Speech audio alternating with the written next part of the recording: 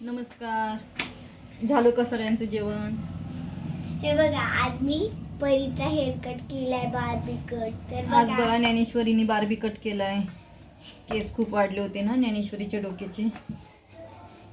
तिला केस 2 वेण्या आवडतात घालायला. मला बार्बी कट पाहिजे होतं, त्याला बार्बी.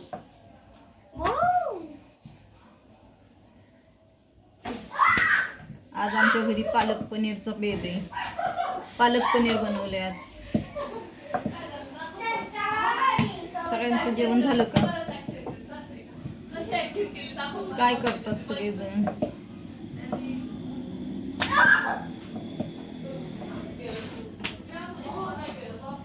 आज पूर्ण शाळेला सुट्ट्या होत्या, माहितीच नव्हतं. रात्री उशिरा मेसेज आला ना शाळेचा, तर माहितीच नव्हतं.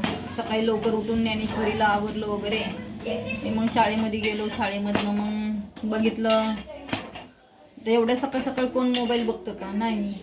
त्याच्यामुळं खूप हे झालं एकदम. शाळेमध्ये गेल्यानंतर ज्ञानेश्वरीला घेऊन आली घरी परत. नमस्कार. मुंबईला खूप पाऊस झाला. रायगड किल्ल्यावर ढगफुटी झाली, तर खूप लोक अडकले होते. खूप वाईट वाटलं.